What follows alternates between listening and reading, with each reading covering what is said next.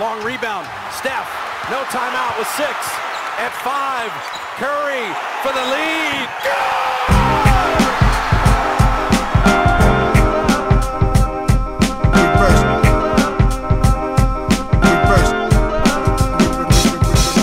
The game is game. The game is game. The game is game. The game is game. Always, always, always. Salut à toutes et à tous, bienvenue dans un nouvel épisode du podcast. Comme chaque semaine, vous savez, Basket Session, Reverse, la même équipe. Vous savez aussi que si jamais vous appréciez ces podcasts, n'hésitez pas à nous mettre un petit like ou à partager, parlez-en à vos cousins, à votre famille, à vos amis, voilà. N'hésitez pas à faire passer le message si vous appréciez nos contenus. Moi, je suis rejoint comme chaque semaine par mes deux acolytes, mes partenaires de crime, Shai Mamou et Antoine Pimel, pour parler à nouveau NBA, forcément, basket en tout cas. Et on a décidé cette semaine de parler tout simplement de la meilleure équipe NBA actuelle, les Boston Celtics, qui ont actuellement un bilan de 13 victoires pour 3 défaites. Donc une équipe de Boston qu'on annonçait, enfin du moins qu'on pensait pendant l'été faire partie naturellement des favoris, et puis qui a dû en passer par pas mal de polémiques avant même que la saison ne reprenne. Et finalement, après qu'on soit un petit peu inquiété pour ce qu'ils allaient pouvoir donner, force est de constater que ça marche très bien. Nouveau coach qui a parfaitement su driver ses joueurs. Les joueurs qui ont trouvé une bonne entente en attendant que leur pilier défensif puisse revenir au jeu. Et Boston qui fait très forte impression.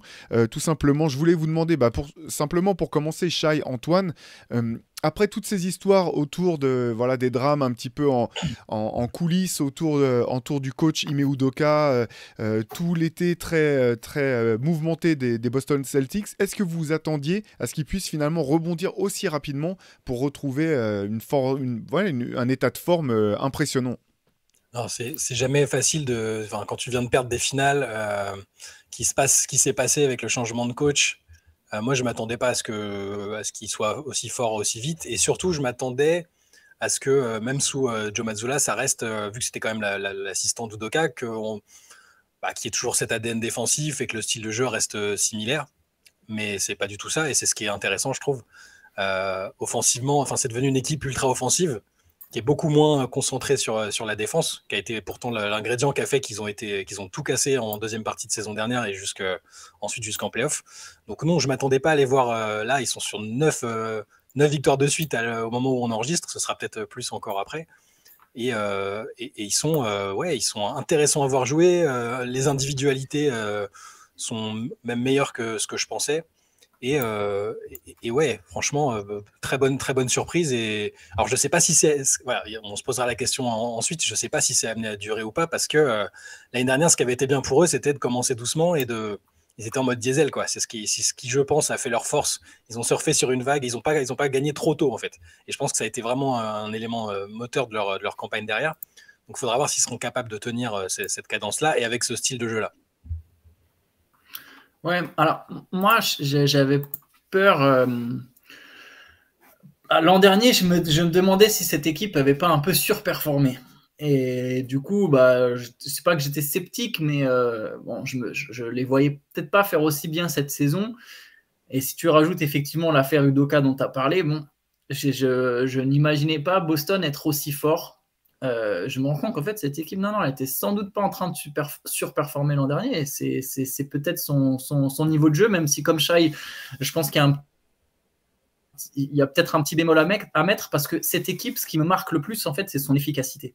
C'est l'équipe la plus efficace de la ligue de très loin, je trouve.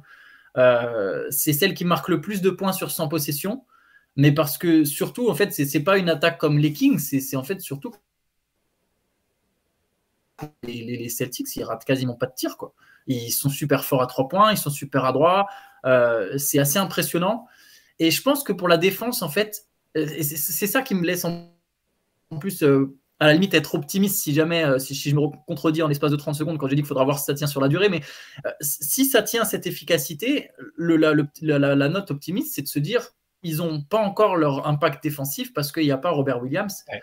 Et si ça reste au final une équipe tout aussi efficace en attaque, qui en plus ajoute Robert Williams, qui lui permettrait d'aller une des 10 meilleures défenses de la ligue, tu as tous les ingrédients pour une équipe qui peut, qui est, je pense, aujourd'hui il y a 2 grands favoris en NBA cette saison, c'est Milwaukee et Boston. Ouais, d'ailleurs, ce que tu dis, c'est là sur Boston et Milwaukee.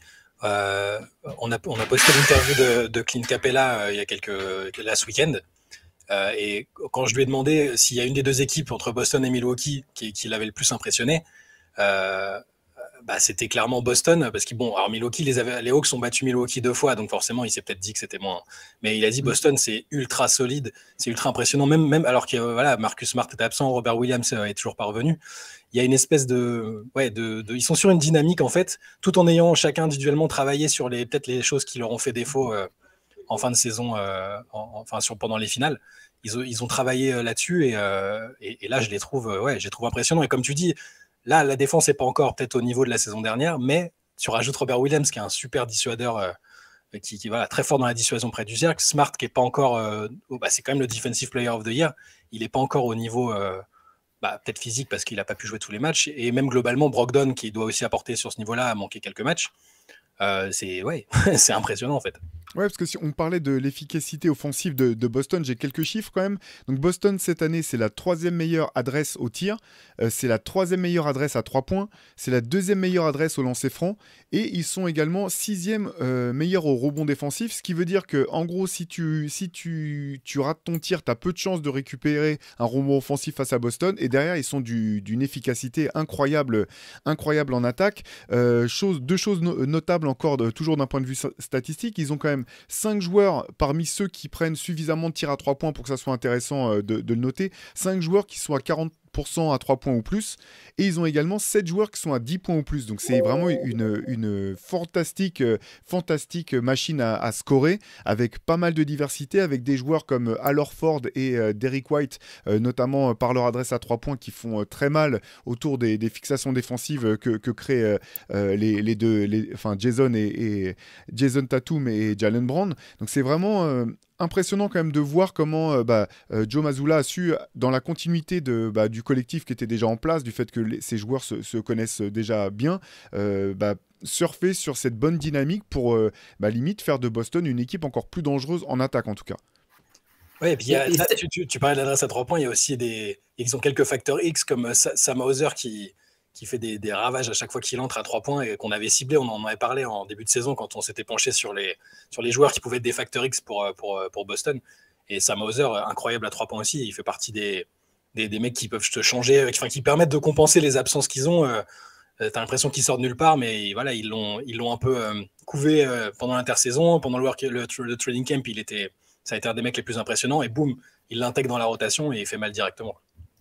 7 joueurs à plus de 10 points, c'est très fort, mais je trouve que ça l'est encore plus si tu prends en compte le fait que tu en as 2 qui marquent 25 points ou plus, et Tatum qui a 30 carrément. Donc en gros, c'est vraiment une équipe qui marque beaucoup, alors qu'elle a pourtant 2 stars très définies. Souvent, quand tu as une équipe où il y a, 5-6 joueurs à plus de 10 points, c'est parce qu'il n'y a pas forcément une grosse première option offensive. Là, il y a une très grosse première option offensive, il y a une très grosse deuxième option offensive, et malgré ça, tu as quand même plein de joueurs qui scorent. Collectivement, c'est quand même le signe de quelque chose. Pourtant, ce n'est pas une équipe qui a un vrai gestionnaire, qui a un vrai créateur, en tout cas créateur élite. Tatum est le meilleur créateur de cette équipe, c'est le meilleur playmaker de cette équipe. C'est pas non plus je pense qu'il devient un playmaker élite. Déjà l'an dernier, on l'avait vu un peu même pendant les finales. Ouais, c'était vraiment le cap qu'il avait commencé à franchir l'an dernier. Qui avait commencé et qui continue de franchir du coup. Mais c'est intéressant de marquer autant de points. C'est vraiment quelque chose de fort, et ça montre aussi que le banc est très efficace. Ça rejoint sur ce que tu dis sur Sam Hauser. Même quand les titulaires sortent, il y a un niveau de jeu qui reste très élevé et qui te permet de gagner des matchs, tout simplement. Oui, puis on parlait de Robert Williams. C'est vrai que l'an dernier, notamment dans le run de Boston en playoff, même jusqu'en finale, j'avais le sentiment que c'était peut-être, alors c'était pas le meilleur joueur de l'équipe, mais c'était peut-être le joueur le plus important quelque part. La différence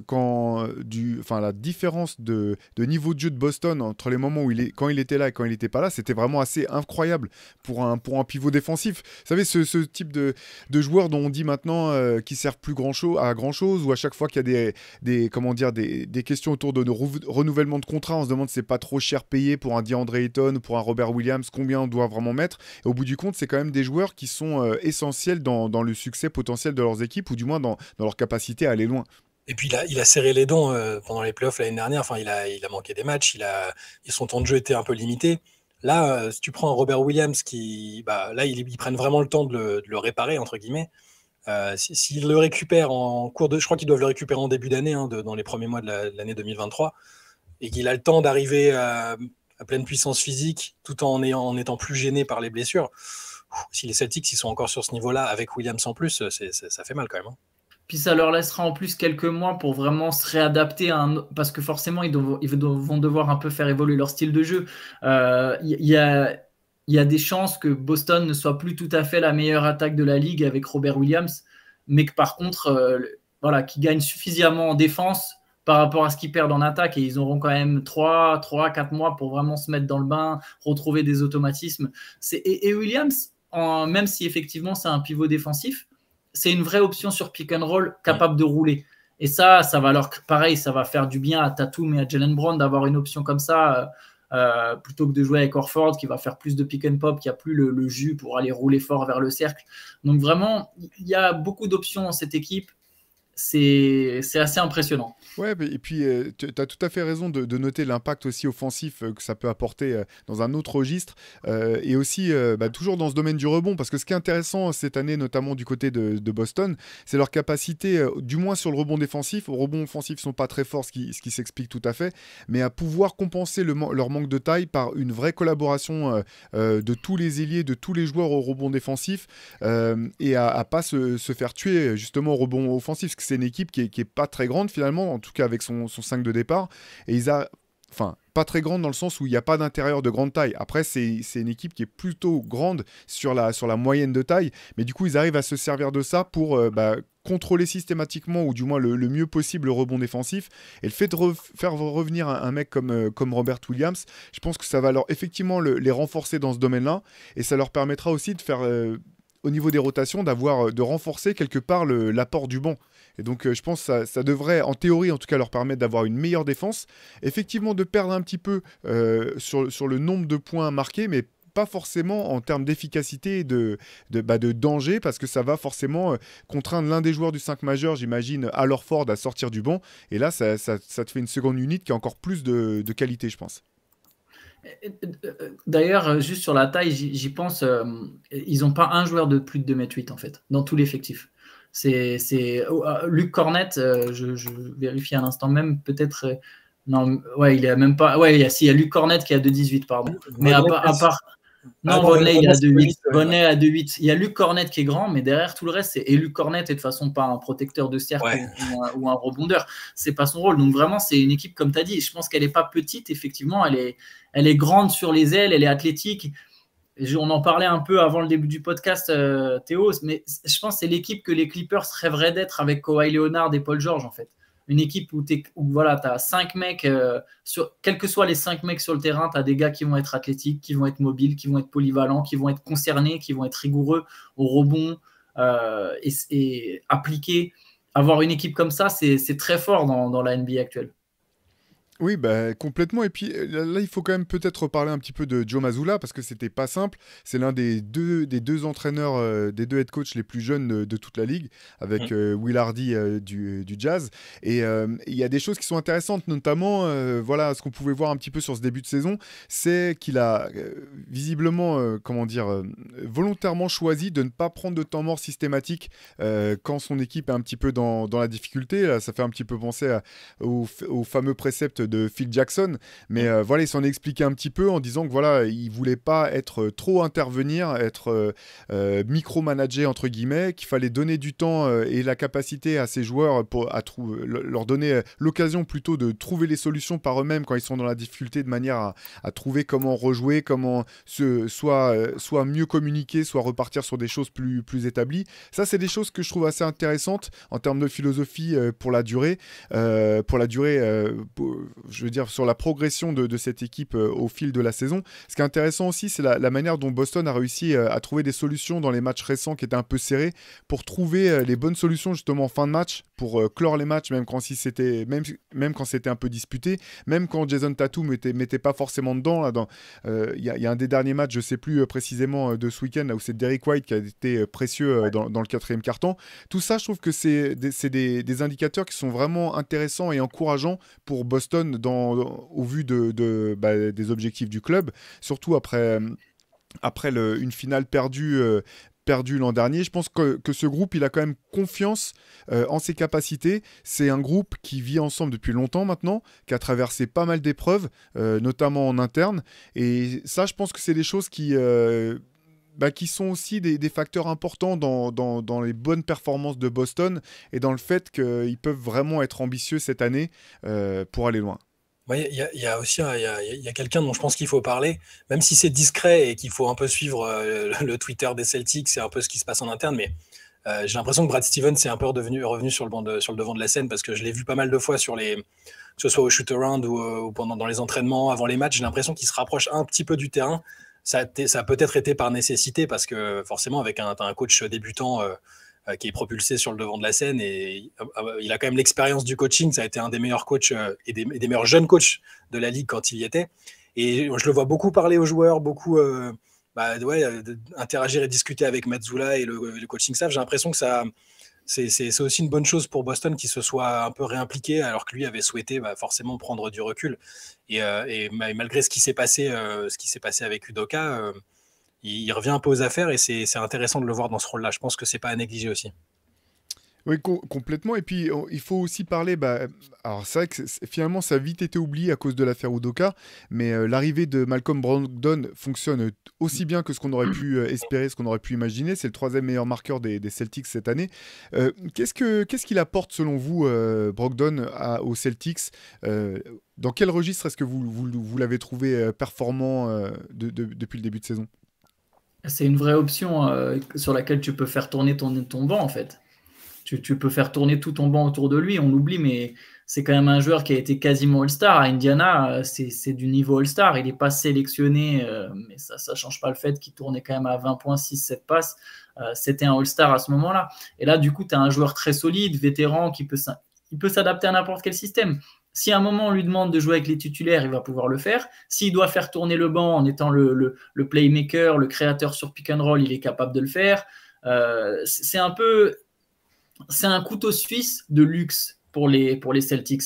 Sachant qu'ils ont aussi un autre très bon joueur, je pense qu'il faut mentionner, c'est Grant Williams. Pas aussi fort, évidemment, mais qui lui aussi est capable de faire plein de choses. Et quand tu as cette paire Brogdon-Williams qui sort du banc, c'est très intéressant. Voilà, si tu n'as pas un Brogdon, ton Sam Hauser, il ne va pas mettre ses 4-5 paniers à 3 points dans un soir de folie. Tu as besoin de ce gars-là qui va attirer l'attention de la défense dans la seconde unit, qui va pouvoir en fin de match jouer avec les titulaires pour apporter encore un peu soit de tir, soit de la défense, soit juste du QI basket. C'est une force. Il n'a pas besoin de jouer beaucoup en plus. Enfin, l'impact, il a eu des petits soucis physiques. Il a manqué 1 ou 2 matchs entre Détroit et le dernier match contre les Pelicans, je crois. Mais sur un temps de jeu, une vingtaine de minutes, il arrive à avoir, comme tu disais, d'être le numéro 1 du second unit. Et avec son expérience, le fait que ce soit un joueur très bon aussi défensivement, qui est parfaitement dans la culture de ce que font les Celtics depuis quelques temps. Et je pense qu'en play-off, le moment venu, il sera aussi capable de jouer plus quand la rotation va se resserrer et d'être même encore plus efficace. Parce que là, au final, forcément, avec le temps de jeu qui diminue, il est loin de ses statistiques des dernières saisons à Indiana ou de quand il était proche du niveau All-Star, comme tu le disais. Mais malgré ça, effectivement, il a de l'impact. Et je suis d'accord aussi pour Grant Williams, qu'on a vu l'année dernière monter en grade, en quelque sorte, et avoir un rôle très, très important. En plus d'être un peu le luron du vestiaire à se prendre pour Batman, il a piqué le surnom de Nicolas Batum, c'est pas cool, mais il fait une très bonne imitation de Batman, il faut le reconnaître. Mais ouais, un joueur aussi important en sortie de banc, et effectivement, le banc me paraît solide sans être encore au complet, et c'est ça aussi qui est intéressant. Oui, et puis pour revenir rapidement sur Brogdon, c'est vrai que la plus grosse question, c'était de savoir s'il arriverait à rester sur le terrain, parce que sur le talent, sur sa capacité à, comme tu disais Antoine, à être un vrai couteau suisse, ça on n'avait pas trop de doute. La question, c'était plutôt, le problème, c'est plus que jusqu'à présent, c'est un joueur qui a été assez fragile, qui a manqué parfois beaucoup de matchs. Donc là, pour l'instant, tout se passe bien de ce côté-là, mais il a vite su se rendre un peu indispensable à cette équipe des Celtics, qui continue, qui cartonne en tout cas. Et bon, on l'avait gardé un petit peu de côté, mais je pense que c'est inévitable de parler aussi du meilleur joueur indubitablement de cette équipe, Jason Tatum. On l'avait quitté un petit peu, on était un petit peu inquiet pour lui. Alors, je vais m'expliquer, mais il a conclu une très belle série de playoffs par une très moche série de finale. Pour faire simple, c'est ça, c'est qu'on avait le sentiment qu'il perdait complètement pied, qu'il perdait confiance face à la défense des Warriors. On se demandait s'il allait pouvoir rebondir rapidement, et finalement, là, force est de constater que c'est le cas. Jason Tatum, cette année, c'est 30,3 points, 7,4 rebonds, 4,5 passes décisives. Encore meilleur que par le passé, je pense, dans l'animation du jeu, comme tu le disais Antoine. Encore plus inarrêtable au scoring. Et ce que j'ai trouvé vraiment intéressant sur ce début de saison, c'est que j'ai trouvé une vraie progression dans l'attaque de cercle, et notamment dans la capacité à finir, à prendre le contact et à finir près du cercle, ce qui lui faisait vraiment défaut, j'avais trouvé, durant les derniers playoffs. Comment est-ce que vous sentez Jason Tatum, dont on parle de plus en plus, même dans la course potentielle pour le titre de MVP? Moi, je vais aller plus loin que ce que tu as dit en introduction. Tu as dit que c'était le meilleur joueur des Celtics, etc. Moi, alors, ce week-end, vendredi, en fin de semaine dernière, on a fait notre MVP race où chacun on a donné un peu notre top 5 dans la course au MVP. Pour moi, c'est le meilleur joueur du début de saison. Je l'ai mis premier. Alors, il n'a pas été premier dans la synthèse, mais je l'ai mis premier parce que je trouve qu'il est... en fait, tous les ans, si on regarde juste déjà sur le plan statistique, il progresse tous les ans au scoring, en adresse en général, il progresse toujours. Là, je trouve qu'il a parfaitement répondu aux challenges qui lui ont été imposés, parce que tu disais, Théo, sur le fait qu'il a été décevant en finale, à tel point qu'on en a oublié qu'il a été énorme sur les playoffs avant. Je veux dire, sur la série contre Brooklyn notamment, il a été impressionnant. Je trouve qu'il a vraiment répondu aux challenges qui lui ont été imposés. Je trouve qu'il défend plus fort encore. Il est beaucoup plus intense en défense et énergique que l'année dernière, où il avait déjà, je trouve, progressé. Le playmaking qu'on avait là aussi vu se transposer la saison dernière, en cours de route, au moment où les Celtics sont accélérés, c'est quand lui a décidé, je pense, d'être un playmaker plus impliqué. Et voilà, le scoring, il shoot à 47-48%, tous les soirs, c'est 30 points. Il y a quelque chose chez lui qui a encore changé et qui le rapproche encore de la dimension des tout meilleurs joueurs de la ligue.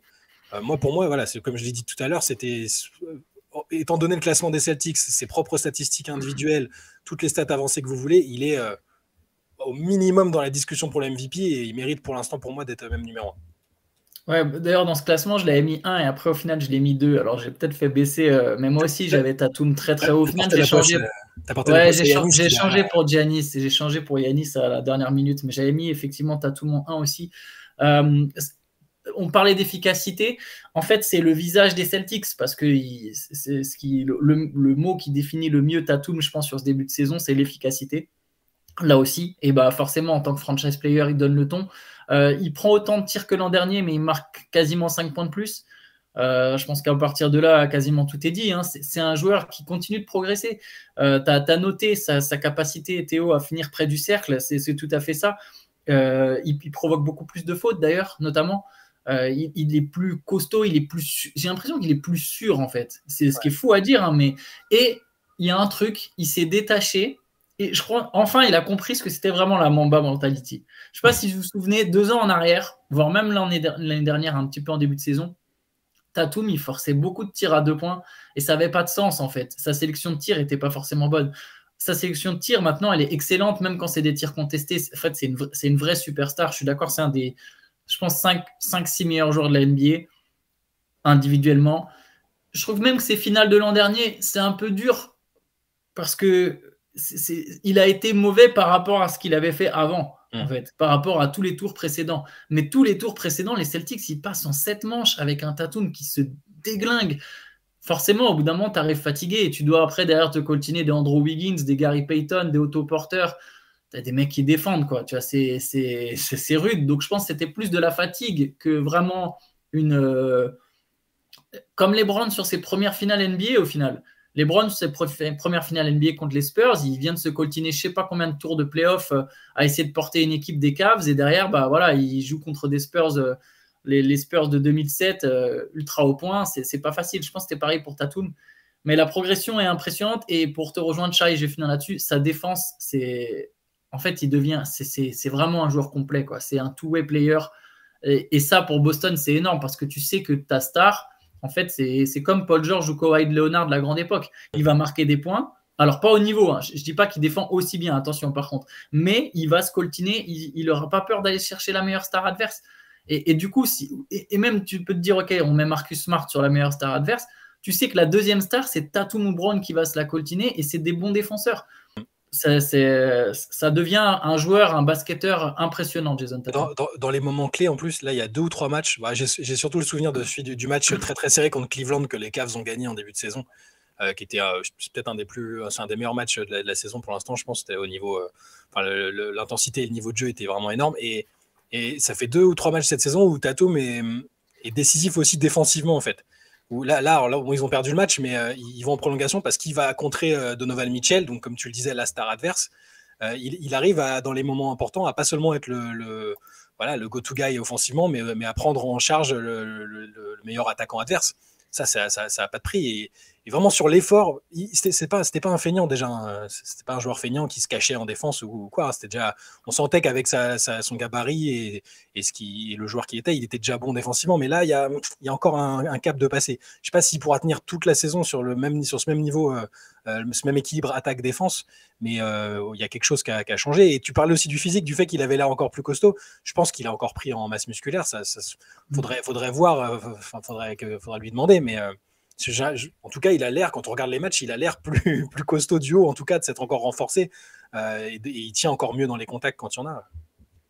Ouais, ce qui est intéressant avec Jason Tatum, c'est effectivement cette capacité à jouer des deux côtés du terrain, et on pourrait même dire que c'est à l'image finalement de ces Boston Celtics qui comptent peu de one-way player au bout du compte. J'ai l'impression qu'il y a... Bien sûr, il y a des joueurs avec des spécificités, mais ce qui est fort, par exemple, quand on regarde l'apport d'un Derrick White cette année, qui est avant tout un joueur, un fort défenseur capable de créer du lien, etc., ce qui fait de Boston une attaque excellente cette année, c'est qu'un joueur comme Derrick White a passé un cap, du moins pour l'instant, visiblement dans l'adresse à 3 points notamment, et peut te sanctionner maintenant systématiquement. Et on se rappelle qu'en play-off l'an dernier, il a parfois été un peu le baromètre de cette équipe. Les jours où il mettait dedans, Boston était quasiment intenable, injouable, et en finale NBA, comme lui et d'autres aussi ont un peu pioché plutôt face aux Warriors, bah, ça a été un petit peu le champ du signe pour cette équipe de Boston.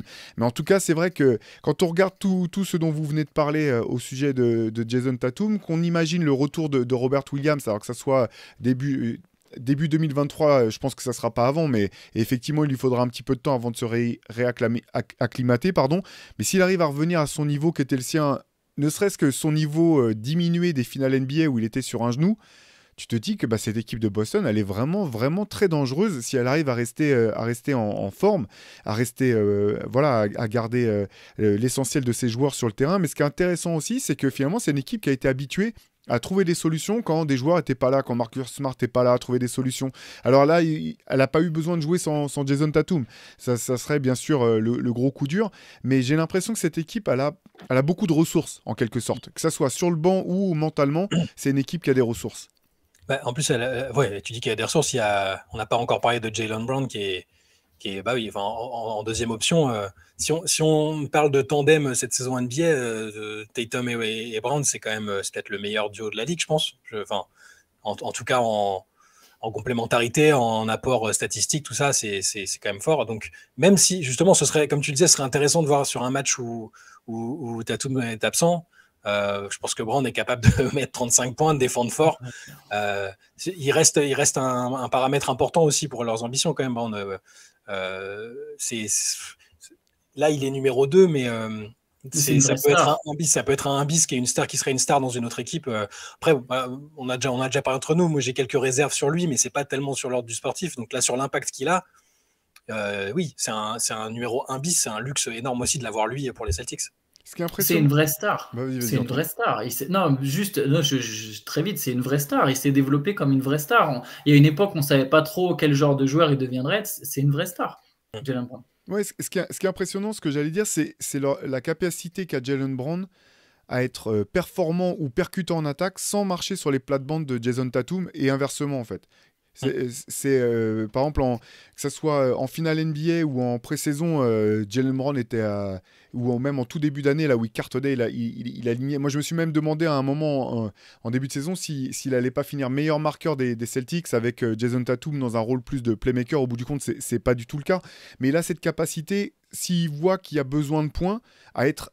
En fait, non, il a cette capacité tout le temps ultra agressif en attaque, sans pour autant croquer la balle et sans pour autant que ça ne marche sur les plates-bandes, soit de Jason Tatum, soit d'autres joueurs. Et ça, c'est une énorme ressource parce que ça veut dire qu'il n'y a pas besoin de... Vous savez, parfois, il y a un joueur qui est un peu diminué, donc la deuxième star a dit, bon, maintenant, il faut que je joue, mais ça demande comme un effort un peu mental de se dire, il faut que tu scores, comme je me rappelle en finale NBA avec Jrue Holiday, où Jrue Holiday s'est forcé à prendre des tirs parfois qui étaient même un peu en rupture, un peu bizarre, parce qu'il fallait trouver d'autres sources de créer du jeu et de créer de l'attaque. Là, avec Jaylen Brown, c'est pas un effort en fait, c'est vraiment dans son jeu, c'est naturel et ça s'inclut dans le collectif des Celtics en fait. Et ça, je trouve que c'est relativement rare.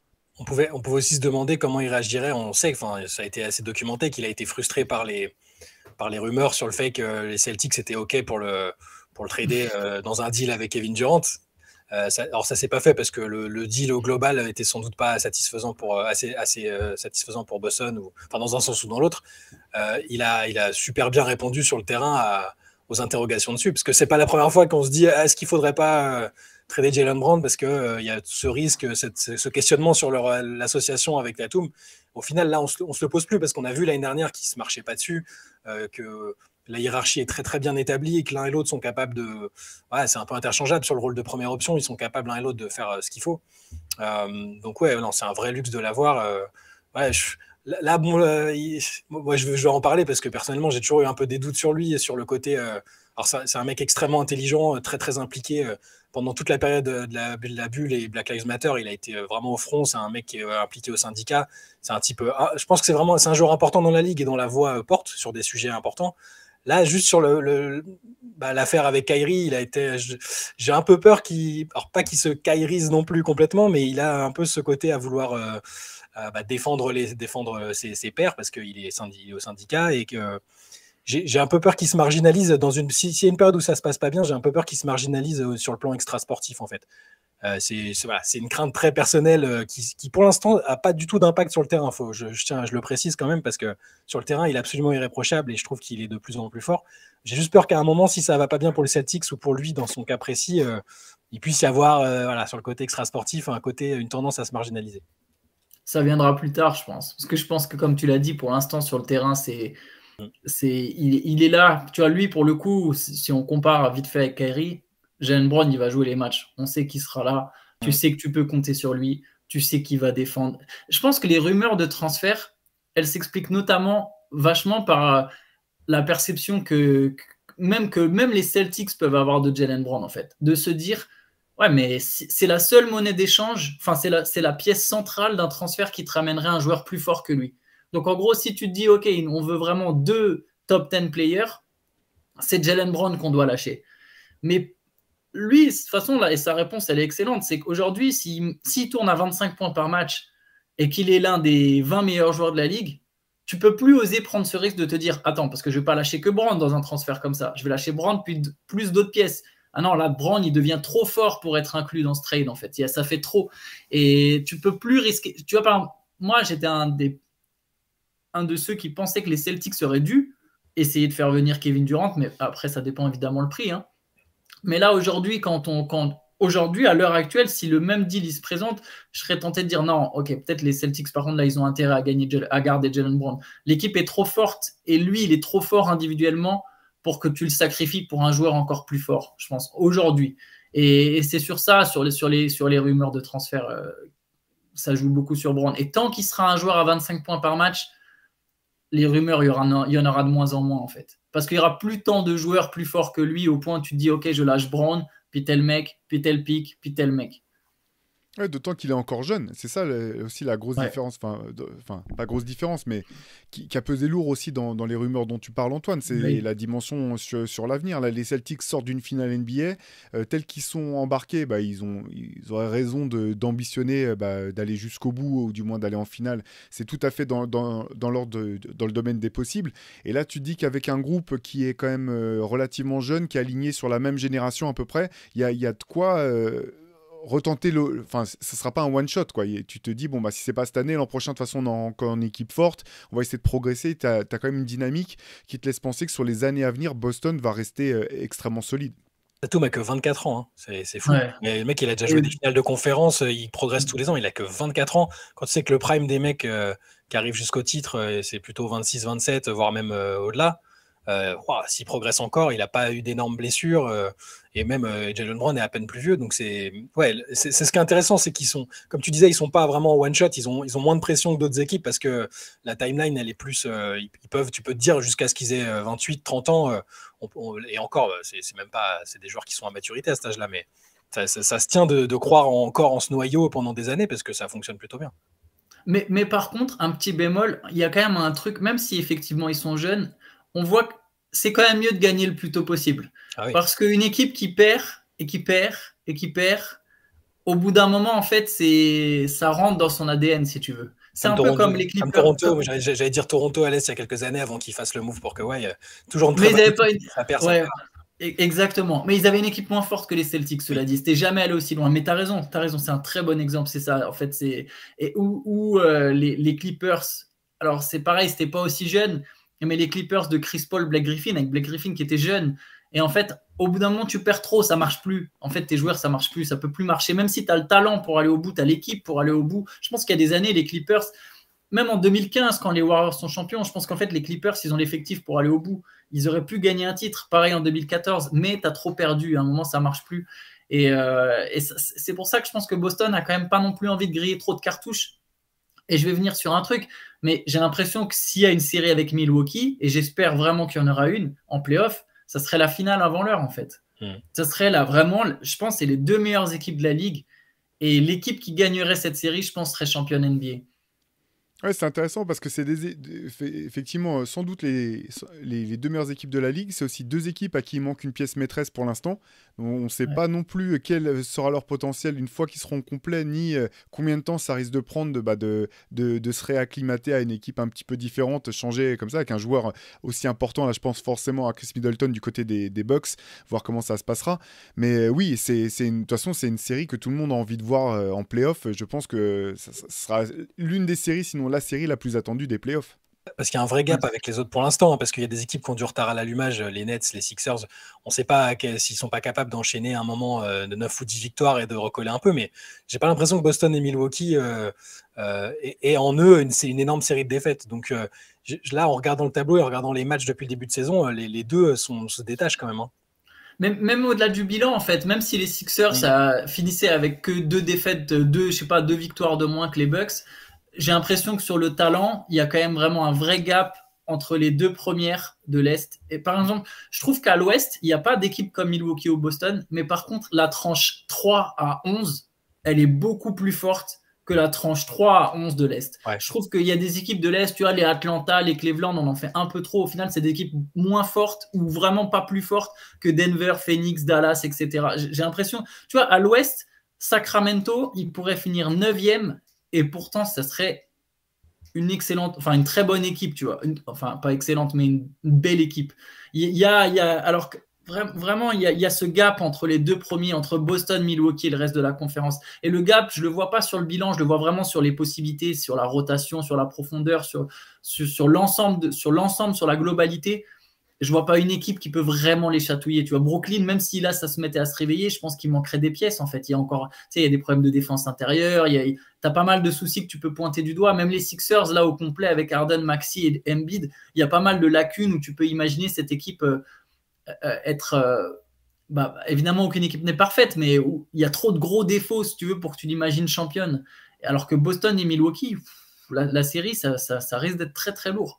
Mais pour moi, c'est deux des équipes, voire les deux équipes qui sont à la fois qui sont les plus sûres. Elles savent exactement comment jouer, elles connaissent leurs forces, elles connaissent leurs faiblesses, elles n'en ont pas énormément des faiblesses, et même si, bien sûr, d'un côté comme de l'autre, il va falloir injecter un nouveau joueur, enfin, faire revenir un joueur important, ils savent comment jouer avec ce joueur important. C'est simplement une question de se réhabituer, mais il n'y a pas de question de savoir est-ce que ça va vraiment bien se passer, est-ce que ça va modifier les plans de jeu ou pas. Et par rapport à l'Est, en fait, ce que tu disais, Antoine, c'est que je trouve que les équipes qui sont derrière, je suis tout à fait d'accord avec ton analyse, ces deux équipes sont au-dessus des autres, et notamment dans ces deux des équipes autour desquelles il y a le moins de questions, je trouve. Toutes les autres derrière, certaines, tu ne connais pas encore vraiment les rotations, quelle est la vraie hiérarchie, est-ce que le 5 qui finit les matchs, c'est vraiment celui qui pourra finir les matchs dans une série de playoffs. Là, tu prends Boston et Milwaukee, je pense que c'est deux équipes où tu sais soir après soir ce que tu vas retrouver, et tu sais déjà ce que tu vas retrouver en playoffs.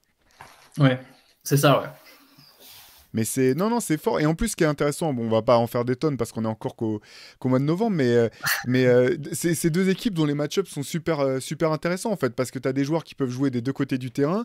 Tu vas te retrouver, tu sais déjà qui va défendre sur qui, et tu n'as même pas de question de savoir quels vont être les match-ups. Donc tu vas forcément avoir des match-ups entre meilleurs joueurs quasiment de mêmes équipes ou deuxième meilleure option face à face. Enfin bref, on a encore toute la saison qui est cool, mais c'est vrai que c'est une série de playoffs qui devra envoyer énormément, quoi.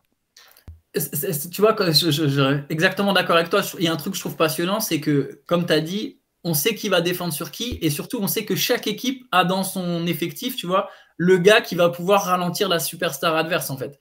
Et ce qui te donne une série encore plus indécise, parce que tu dis, ok, c'est bien, ils vont mettre Holiday ou Middleton sur Tatum et Brown, mais en même temps, de l'autre côté, il va y avoir Horford ou Williams sur Antetokounmpo, des fois il y aura Tatum. Enfin, vraiment, ça va te donner un espèce de partie d'échecs ultra intéressante. J'ai vraiment envie, je suis d'accord, il reste beaucoup de mois, mais j'ai vraiment envie qu'on ait cette série et que ça soit pas...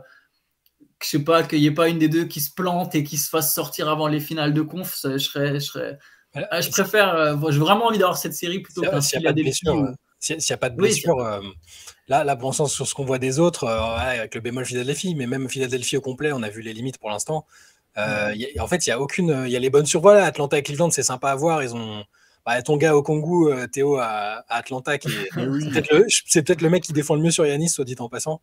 Mais bon, sur une série, ça serait trop juste. Hein, mais oui, Boston et Milwaukee, Boston avait des questions au début. Il y avait des questions autour de Boston en début de saison, forcément, avec ce qui s'est passé. Mais c'est déjà répondu en 15 ou 17 matchs. Ils ont déjà répondu aux questions avec la promesse d'être renforcés en cours de route en plus. Et Milwaukee, pareil, avec Middleton qui arrive, plus peut-être un petit trade d'ajustement comme ils savent faire, comme ils savent très bien faire. Et ça me fait penser que Boston ils avaient pris Gallinari aussi. T'imagines, en plus, tu rajoutes un shooter dedans, un mec qui peut apporter en plus du scoring. Malheureusement, il est blessé, mais tout était bien pensé. Et ça, je le dis quasiment à chaque podcast, mais ça récompense aussi la bonne construction d'équipe et le management intelligent. Tu as des GM performants des deux côtés. Là, on s'attarde sur Boston. Je reparle de Brad Stevens qui a super bien recruté, qui a fait des très bons choix sur la prolongation des joueurs, sur je reparle encore de Sam Hauser, mais voilà, de faire confiance à un mec comme ça qu'ils ont en couveuse depuis 1 an ou 2, c'est plein de petits trucs comme ça qui font que les choses sont moins bien faites chez des rivaux comme Philadelphie, Brooklyn, des petits détails comme ça où c'est plus star power avant l'alchimie et le travail collectif, et ça se voit sur des choses comme ça en fait.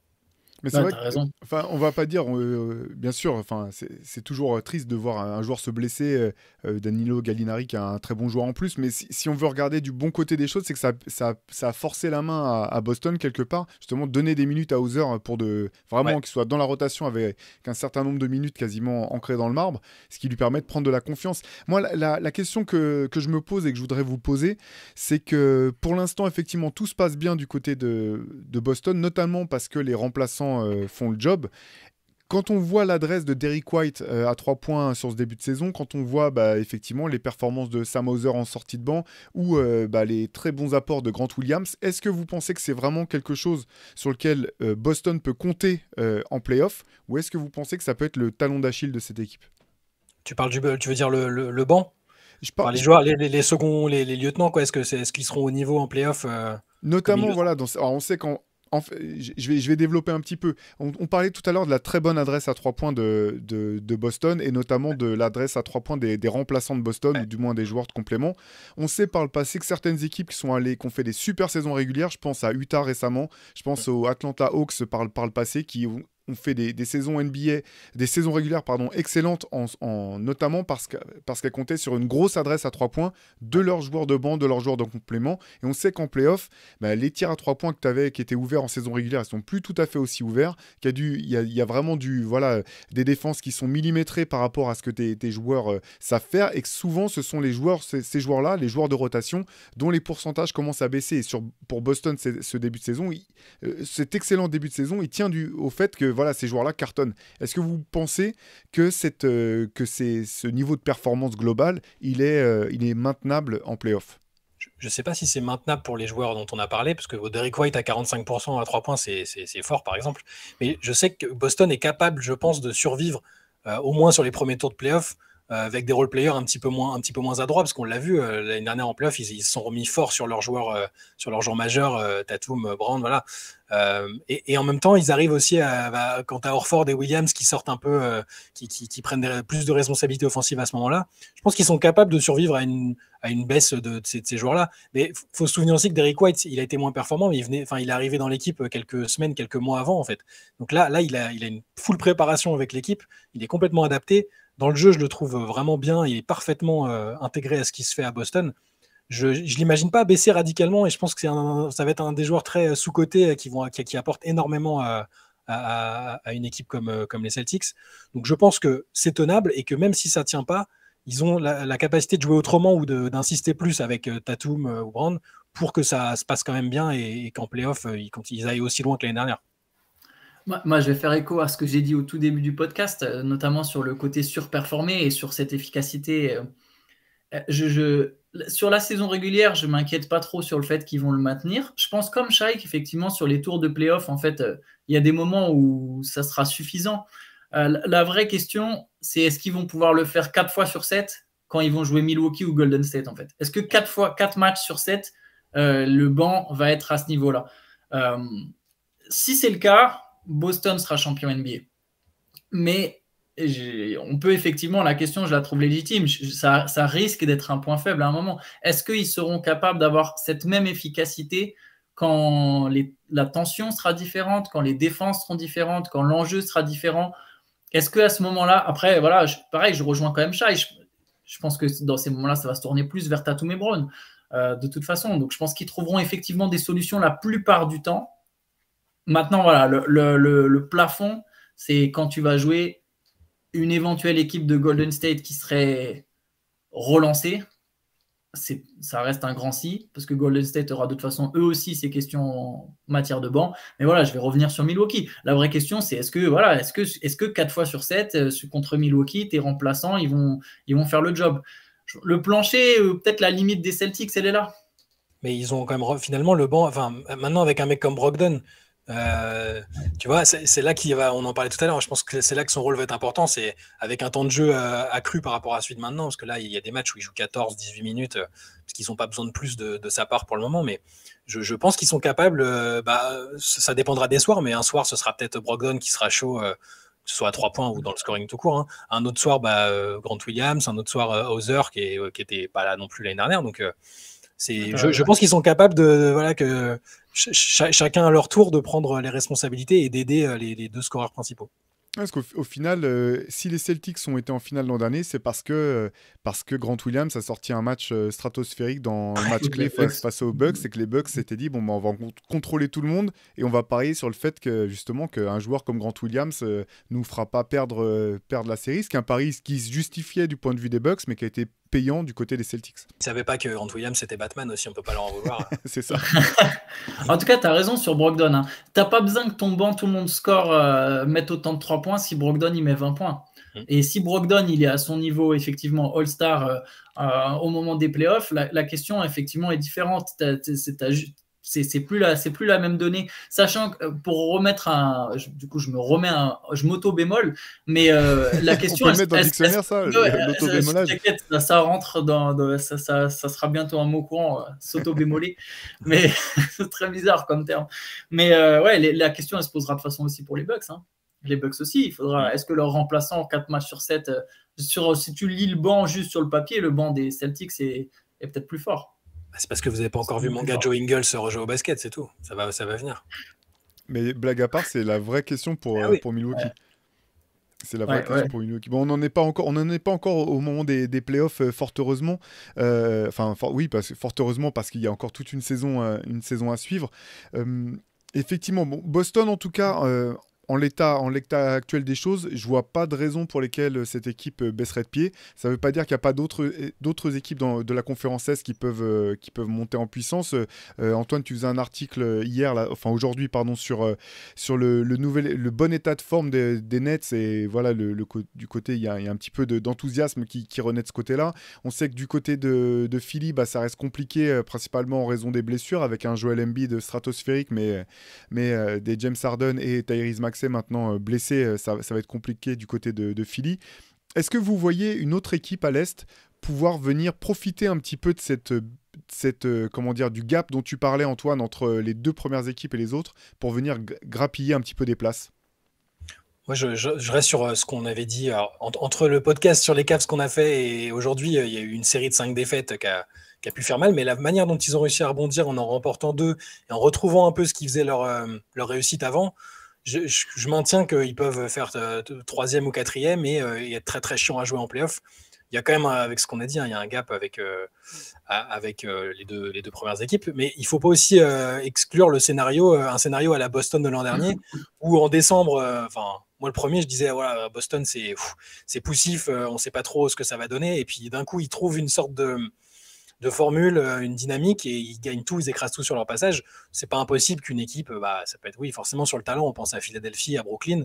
Les autres, ça me paraît plus compliqué en fait. Je sais pas, sur ce qu'on voit, il y a des équipes. Atlanta, c'est bien. Atlanta, ça joue plutôt bien. Je pense que ça peut finir top 5 sans souci. De là à profiter au point d'aller chatouiller les 2 premiers, je pense pas. Je vois pas d'équipe capable de faire ça.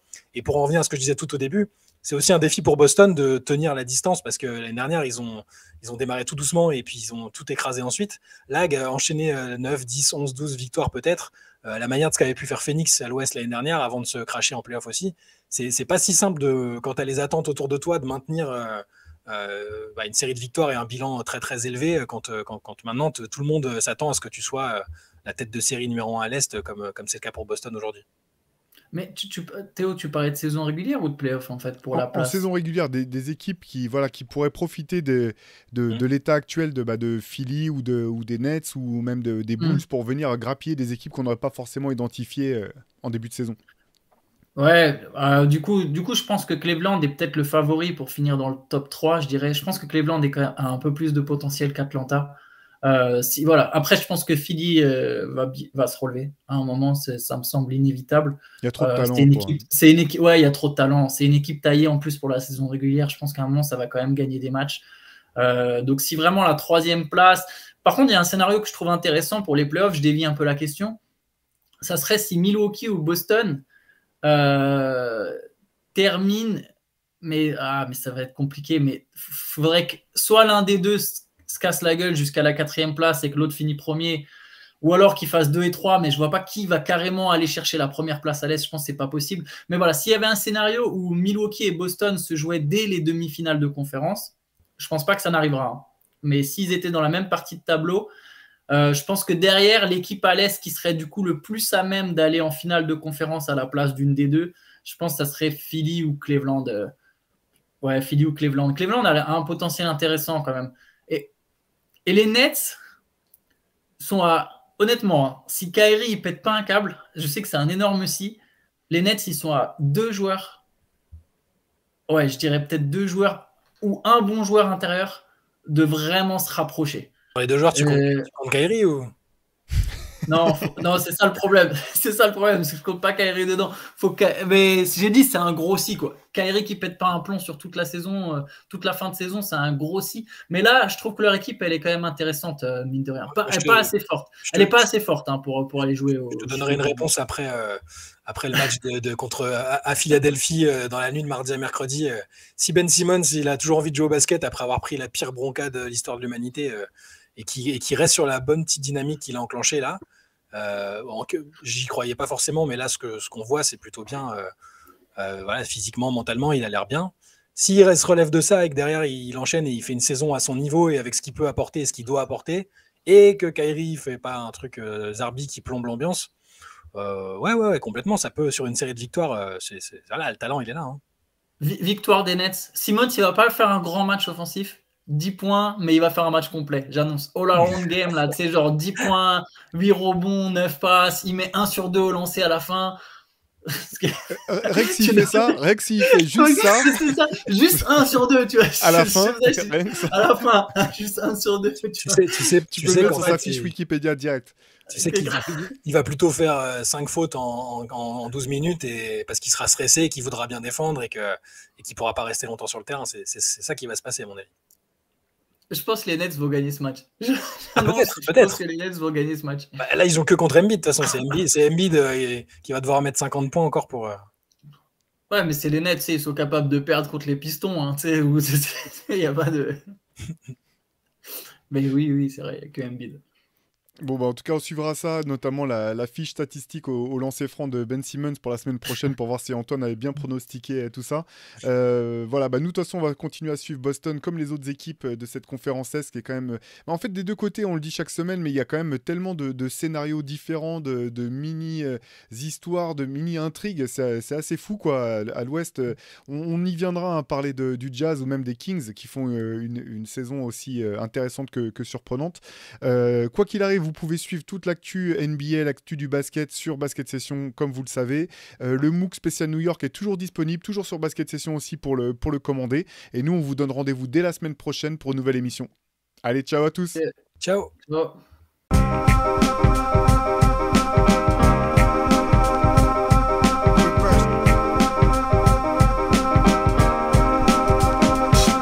The game is out there, and it's either play or get played.